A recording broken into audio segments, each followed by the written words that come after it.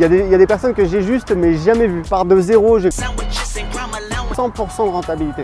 Il faut y aller, il faut foncer. Salut, c'est Aurélien. Dans cette nouvelle vidéo, on va voir comment atteindre l'indépendance financière. Si je vous dis ça, c'est parce que je l'ai fait. Je pars de zéro, j'ai grandi dans une banlieue pas terrible au nord de Paris. Et aujourd'hui, j'ai un business sur Internet, j'ai de l'immobilier et j'aimerais partager avec vous tout ce que j'ai appris pendant ces années. J'ai fait beaucoup d'erreurs et l'idée, c'est tout simplement de vous permettre de gagner du temps. Donc, premièrement, pour savoir si on a atteint un objectif, ce qui est important, c'est de définir l'objectif. Donc, qu'est-ce que ça veut dire exactement atteindre l'indépendance financière? Pour moi, ça veut dire ne plus avoir besoin de chercher du travail. J'ai pas dit ne pas travailler parce que moi je travaille, j'aime ce que je fais et je pense qu'en fait, s'épanouir professionnellement, s'épanouir dans son travail,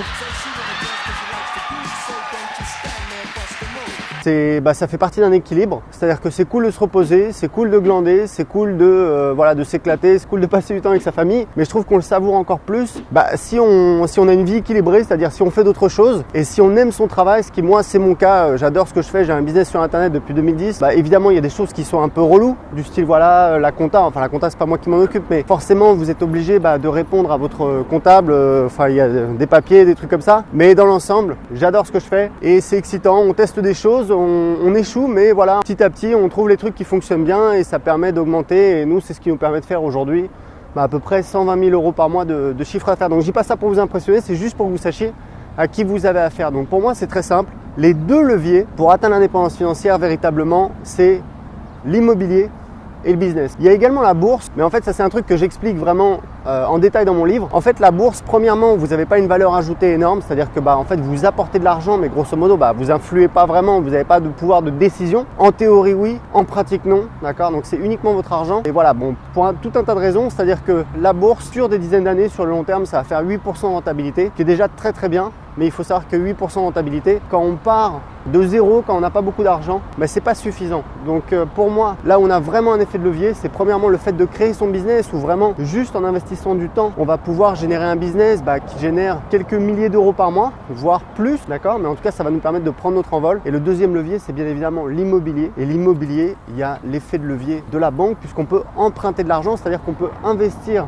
dans l'immobilier avec de l'argent qu'on n'a pas. En France, c'est quand même assez facile d'obtenir des crédits. Donc c'est quand même extrêmement intéressant puisque si vous mettez de votre poche 0 ou même 5 000 euros ou 10 000 euros pour les frais de notaire et que vous avez un bien qui vous génère du cash flow, vous avez en fait une rentabilité qui est absolument énorme. Donc moi en tout cas, j'en parle dans mon livre, je vous donne tous les chiffres. Grosso modo, et c'est mon expérience de 10 ans d'entrepreneur. Dans l'immobilier, donc j'ai acheté 4 biens immobiliers en France, en Colombie. Ma femme est colombienne, on habitait en Colombie pendant 1 an et demi. On a fait un investissement là-bas et au Portugal, j'ai acheté 2 biens. Grosso modo, si on regarde, on doit être à 15% de rentabilité, qui est déjà extraordinaire. Sur mon business, et ça je le montre dans mon livre, je dois être à presque 100% de rentabilité. Donc c'est vraiment énorme. Et sur la bourse, comme je vous le disais, sur le long terme, vous allez faire du 8% et en plus c'est très volatile, c'est-à-dire qu'il va y avoir des années où vous allez faire moins 15%, moins 20%, moins 30% et vous allez avoir le moral dans les chaussettes. Donc pour moi, vraiment les deux leviers pour atteindre l'indépendance financière, c'est un business, c'est l'immobilier. Donc en fait, il faut que vous ayez des actifs qui vous génèrent des revenus et c'est ça qui va vous protéger, qui va vous permettre d'être indépendant, qui va vous permettre de ne plus avoir de chercher du travail, qui va vous permettre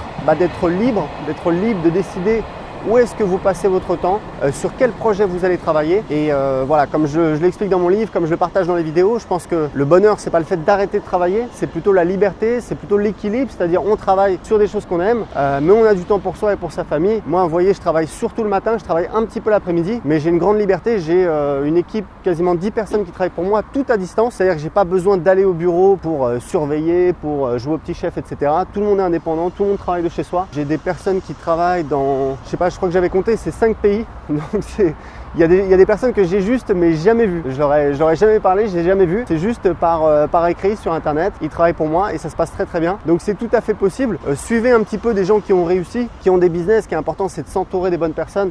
C'est de voir que ça existe, c'est de voir qu'il y a des gens qui y arrivent. Et sur Internet, il y a évidemment plein de gens qui sont négatifs. Peut-être autour de vous, vous avez des gens qui sont négatifs. Et ce qui est important, c'est de bien s'entourer. Donc ça veut dire faire le tri peut-être éventuellement dans vos relations par rapport aux gens qui sont un petit peu négatifs par rapport à vos projets, parce qu'il y a forcément des gens qui ont un petit peu de jalousie, qui qui veulent pas y croire parce qu'eux-mêmes ils y croient pas, et si vous y arrivez, ils vont se sentir mal, donc ils vous disent de toute façon tu n'y arriveras jamais, etc. Moi ça m'est arrivé quand je me suis lancé. J'ai perdu un ami à cause de ça, parce que je lui ai dit bah écoute, là, je vais lancer un produit, si ça t'embête pas, j'ai pas besoin de quelqu'un qui me dit que je devrais faire autre chose, tu vois, parce que là j'ai besoin vraiment de bosser là-dessus. Donc entourez-vous de personnes positives, donnez-vous vraiment la chance d'être entouré des bonnes personnes. La base du développement personnel, c'est de prendre ses responsabilités par rapport où on en est. Le problème, c'est qu'il y a trop de gens qui se trouvent des excuses, voilà, bah, c'est de la faute à ceci, cela, etc. On a tous eu des galères, on a tous des trucs où voilà, on n'est pas parfait, où on a un handicap, où voilà, on n'est pas à l'aise.